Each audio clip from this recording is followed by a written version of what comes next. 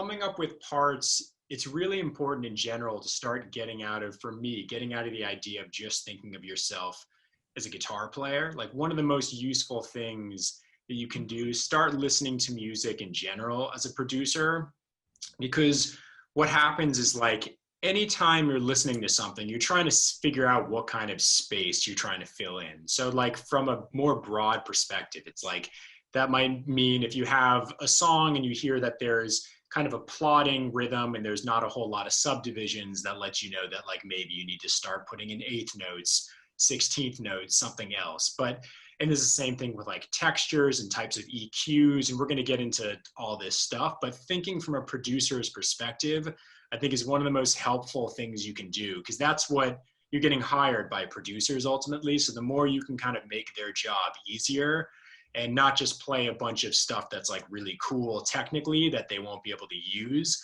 but actually hear like, this is, and maybe it's the simplest thing ever because there's a bunch of stuff going on in the track and all you're doing is, you know, might be like the perfect thing to do. So getting that, you know, getting that perspective on things is super useful. So I always recommend like listen to your favorite recordings, whether it's like the Beatles are kind of the best example for everything ever because they just did so much right, with part writing especially. But whatever bands that you're really into, it's usually going to be not just seeing like the guitar parts in isolation, how they work and practicing to a metronome, but really trying to contextualize how it fits into everything else that's going on. And a cool exercise to do is think about if that guitar part wasn't there when you're listening to a song that you like, and think about what would be missing if that guitar part wasn't there. And that can be a really interesting thing to do, because you can realize maybe it's a certain harmonic thing where it's adding some different kind of extensions and chords that weren't there before. Or maybe it's a certain rhythmic subdivision that wasn't there before that's interplaying off of another instrument, and you can start to get a lot of goodies from that. So I'm not sure how much you know about the different teachers who are here, but just a basic background of me, just so you can know the kind of stuff that I work on is, after I've split my time as a guitar player doing quite a bit of touring and then quite a bit of session stuff. So after I went to school and studied jazz and classical, and after that I started doing a lot of touring, and I worked with Michael Bublé for quite a few years, and then with John Legend I toured with him for a few years, and then recently I've been working with a singer-songwriter, Rufus Wainwright. So it's kind of been a bunch of different types of artists that I've worked with doing, and I was also in Rufus's musical director and was John Legend's musical director. So it's been a combination of guitar stuff, but also, you know, more just like bigger picture music kind of work. And in addition to that, I do a lot of producing as well, and session guitar work for TV and different records and that kind of stuff. So it ends up being just like a lot of different pieced together things that most people I know in music have something like that, where they're not doing one specific thing. But one of, as I was kind of brushing up on before, one of the things that I think is the most helpful to me is because I work as a producer and musical director, I can really see things as a bigger picture, which is so helpful, because it's very easy with guitar to just get hyper focused on the really like narrow part of becoming a really good soloist. And that's something that happened to me like in jazz school. All you're thinking about is how do you play like the right harmonic kind of stuff over challenging jazz songs, which can take a lifetime to do. But it's a different skill than playing parts. And what's so cool about part writing is it really ends up being applicable to everything. It's like if you can come up with a cool melodic part and play what you want to play and it sounds good, you can do that just as easily over giant steps or all the things you are as you can over a one chord vamp that's a pop song or something, you know? So it's really something that can help anybody playing any genre. So that's just kind of a way to get into this. But so also guys, feel free if there's any questions you're having or anything that I'm saying that you want me to dive into, just ask away. So feel free.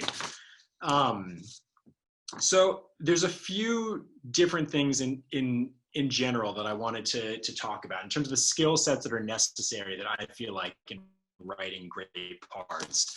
So I broke it down into 5 different things. So the first one is pocket and groove. So how much do you guys, like at this point, how much have you thought about rhythm and pocket, whether it's playing along to a metronome or just understanding the kind of nuance and subtlety of rhythm playing? Is that something that you guys have thought about a lot compared to like going over scales, or kind of by show of hands thought about like a decent amount? Yeah, that's something that became evident to me like later, because when I was in school, as I was just mentioning, like it's just about being able to play the cool harmonic stuff and being able to solo well. And it's probably less than 20 times that people have asked me to solo on anything that's been challenging for me in like 15 years. Like professionally, it just rarely happens because 99% of what you need to do is doing some kind of a supportive role. Like unless you end up being, you know, like a solo guitar artist who's just like, that's their thing, is they're just soloing all the time. You know, it's typically you're playing rhythm guitar in some capacity. So that's something that I emphasize so much, is getting comfortable just playing along with metronomes and playing to recordings and making things feel good is so important, because it's kind of everything. You can have a lot more leeway with harmony than you can with rhythm. You can play the hippest thing in the world, and if it doesn't feel good rhythmically, it's going to sound terrible. And it's kind of the same thing if you start thinking about like parts and some of those iconic parts that, Michael Jackson's a good example of, because those guitar parts are so great. And if you break them down, lots of times you'll see that like so much of it is harmonically. I think the song is Can't Stop Till You Get Enough. It's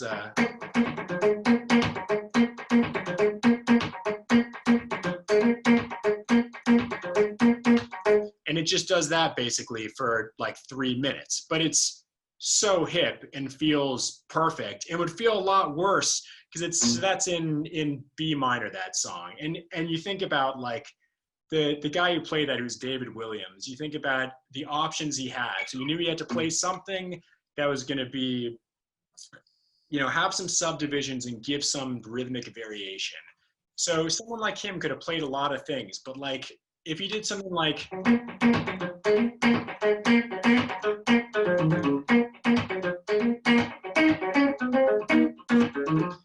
it would have been way less cool, you know? It's so much hipper, but just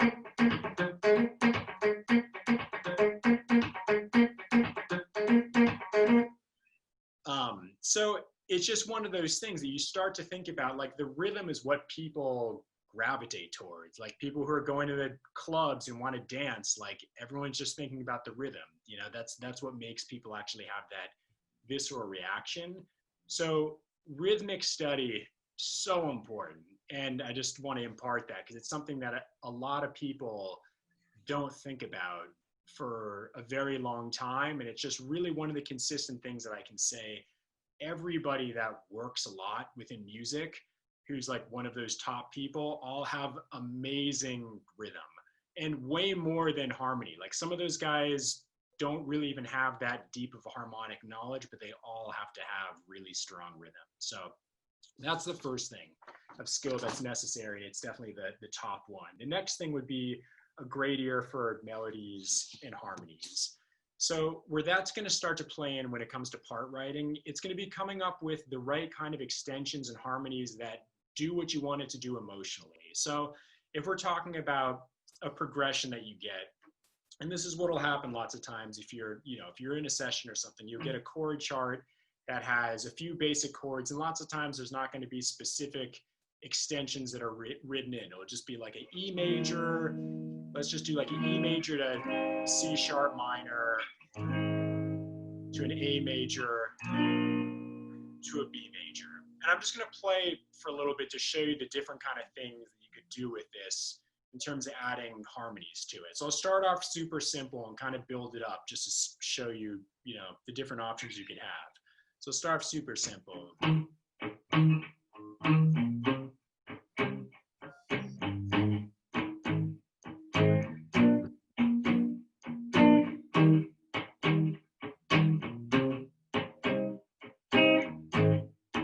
So if you want to get a little bit more color.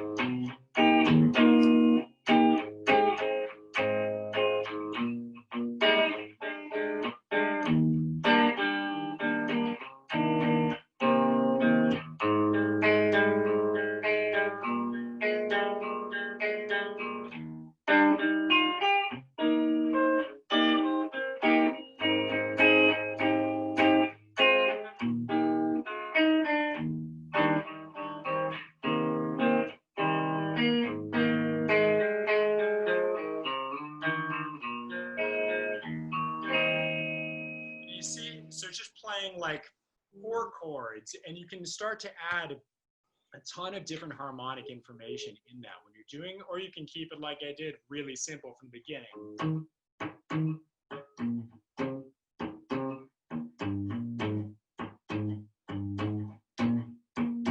And the important thing is knowing when to do which one. So you want to have that in your back pocket, that kind of harmonic knowledge of when you're going to want to use that and when you're going to want to start using major 7th chords, major 9th chords, and kind of going in those extensions beyond triads, or even using like 2 notes and dyads to do things like. And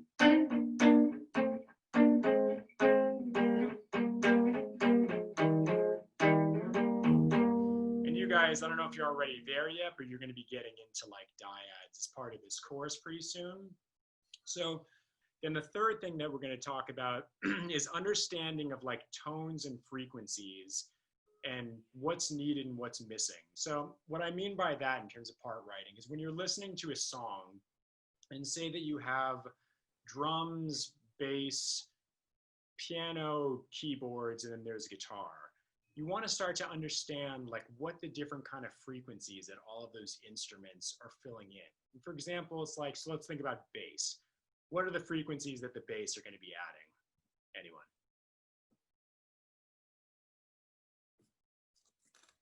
Low notes. Around 80, 100. What's that? Around 80, 100 kilohertz. Yeah, so it's going to be like exactly, very low stuff. So it's usually around like 100, 200, 300 hertz kind of area. So the reason that stuff is important is like if I'm playing in a full band with a bunch of people, if I'm playing chords like this,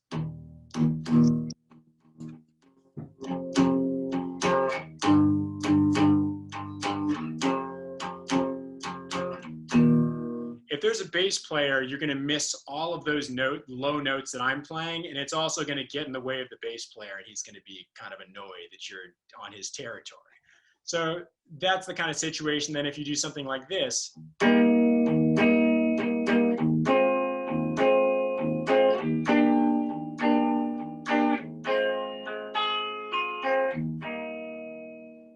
So understanding the different registers and timbres of what your guitar is doing with everybody else ends up being super important. It can be the same thing if you have like really high synthesizers that are playing something. You want to be a little bit below them because you want to make sure that everything you're doing is kind of popping out in the right way, unless it's just meant to be some super supportive texture that's meant to kind of like blend into what everything else is doing. You want to understand to find those like little holes that you can kind of pop in and out of depending on what everything else is doing.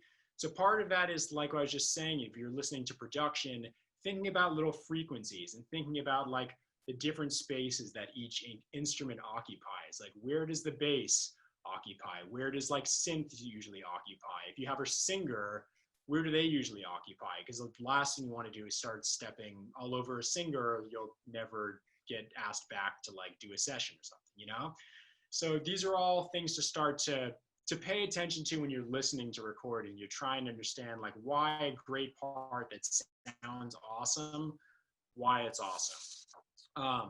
Okay, and then number 4 of 5 is going to be knowledge of different references and subtleties of musical style. So one thing that starts to happen all the time, like if you're doing sessions and even just working with bands, is having a good understanding of like a reference database is super important. And you're gonna have a lot of situations where somebody says, you know, play like a Jimi Hendrix kind of a part, or play something like Kurt Cobain would play, or play something like Prince would play. And understanding like what all of those things mean ends up being really important. And it ends up being lots of times deeper than just that first layer of like, you might think if someone says a Prince thing, I guess, oh, that just means I should be funky. But like Prince has a certain way that he plays voicings, you know, usually won't use more than like 3-note voicings.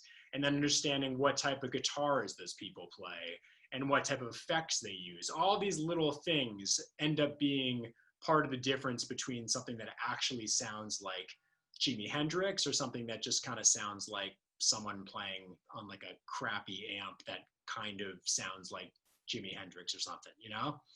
So understanding those references well is really important. It's important because in the same way that like people who are studying whatever in school, you just have to have that knowledge base of like that everyone's drawing from.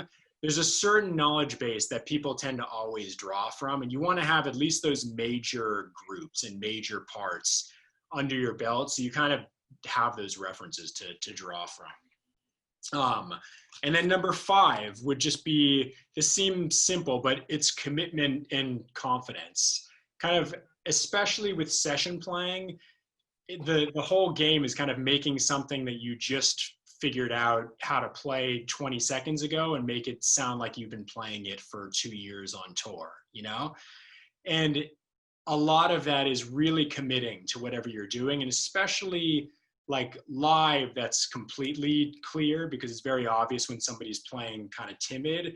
And recordings, it really is drastic as well. And that's why people like, you know, Jimi Hendrix is kind of the best example for me of somebody who just completely commits to whatever he's doing. And like some of it can be sloppy sometimes.